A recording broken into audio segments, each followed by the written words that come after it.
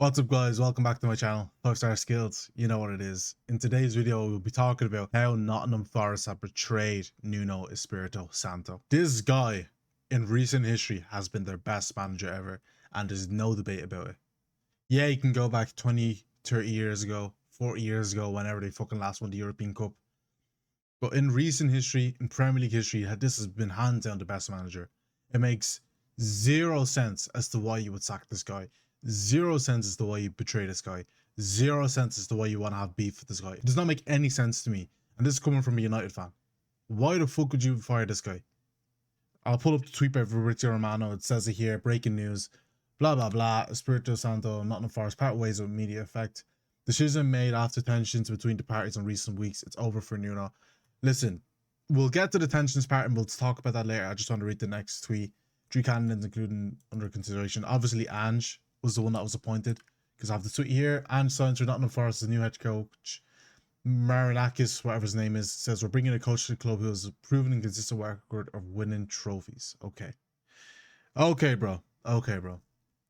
Listen, before we even address Ange, before we even talk about Ange, let's talk about the stats of Nuno Espírito Santo, right? Because this guy came in December 2023 when Steve Cooper was there, and they were losing week in, week out, conceding a lot of goals, a very easy team to beat. I remember us, we beat them, we came back, and Steve Cooper was there. Yeah, we came back and we beat them at Man United at Old Trafford that year, and he got sacked, obviously. Nuno Espírito Santo came in to just keep them up, and he did that. Even with a 4-point deduction due to financial breaches, Forest finished 17th, avoiding relegation by 6 points. With a 4-point deduction, this manager still managed to keep them up.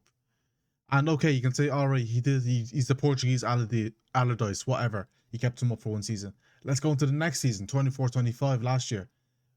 Forest achieved their highest Premier League finish in 30 years, and in 7th, and also qualifying for European competition for the first time since the 1995-1996 season. Those are just facts.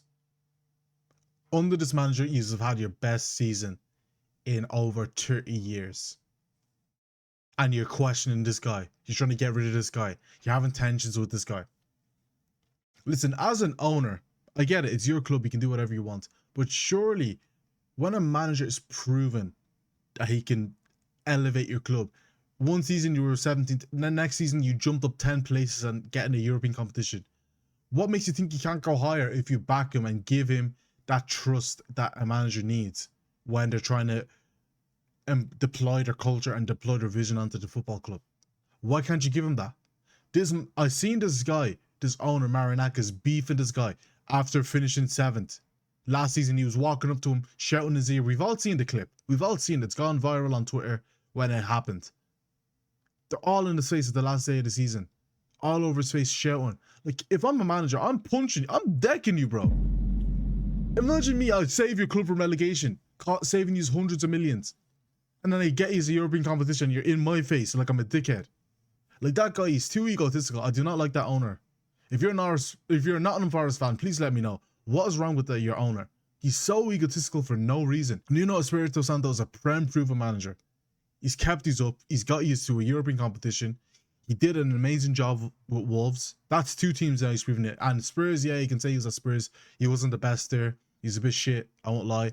But listen, he doesn't have to be a Big 6 manager to be a decent Premier League manager, because at the end of the day, he's had 2 great stints in this league with several clubs now. If I'm West Ham, I'm taking him now. Get him now. Bin Potter, I'm making sure my team's hard to beat, and we can stay up and push on from there. That's what West Ham should be doing. I feel like their team is set up for a counter-attacking team, and I feel like if Nuno was there, he could do bits with them. But that's a conversation for another day. We're going to stick to Nottingham Forest. Now, Ange obviously coming in. There's a lot of questions about this, because, yeah, I understand Marinakis, he's probably biased. He sees Ange, he's got the Greek heritage.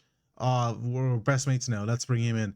Listen, Ange, he did well to win the Europa League last year, but let's not be deceived. That Spurs team finished 17th place. 17th place, conceded so many goals, lost so many games, even worse than Amarim's Man United. That's how shit they were last season. And yeah, they won a European trophy, but still, 17th. 1 place off relegation. Crazy. Absolutely crazy. They were literally the worst team in the league last year not to get relegated. And you want to bring him in to try and push on from where you are. From 7th place in the European position. You're absolutely insane, bro. Ange is not doing that. Especially the personnel Nottingham Forest have.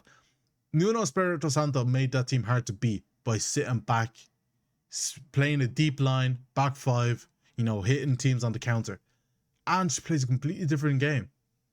He plays a high line, you know, attractive, good football, high risk, high reward. If you're a manager managing the lower to mid-table teams, you need, like, it's not going to work. It's high risk, high reward. You're playing that high line. Teams are going to pick you off and you're going to concede a lot of goals. It could be another Steve Cooper, to be honest. Maybe a slightly better Steve Cooper because, you know, he has European competition. He might win them the Conference League. But listen, it doesn't matter if you win the Conference League if you're finishing 16th and you just drop off massively in the league. Because at the end of the day, the league is your bread and butter. You need to show you consistently finish in the top half of the league if I'm not in Forest. That's what's important right now. Not winning the European trophy. Not right now. He's had 2 seasons in the league. You need to establish yourself. You haven't fully established yourself yet. He's like jumping the gun way too soon. It's ridiculous in my opinion. That guy should not have been sacked. And anyone that disagrees it's just crazy because, yeah, that Marinakis guy, he's too egotistical. He's there in the Champions League draw because obviously he owns Olympiacos as well. The guy, he's just, man, bad vibes, man. Bad energy off that guy. And yeah, we'll see what Ange, we'll see how he does. But if you're not a Forest fan, let's be real. Ange isn't lasting 2 years. No chance. Ange is not lasting 2 years at your club. Especially with an owner like that. That is very trigger happy when it comes to soccer managers that do well for him. Bit crazy. There's no chance he lasts. So yeah, we'll see. But anyways, I'll keep it short and sweet. That's this video. Make sure to like and subscribe. And if you keep enjoying the content, I'm going to keep posting. Well, I'm going to keep posting regardless because this is what I do. It is what it is. So yeah, I'll talk to you in the next one. Take it easy. Peace.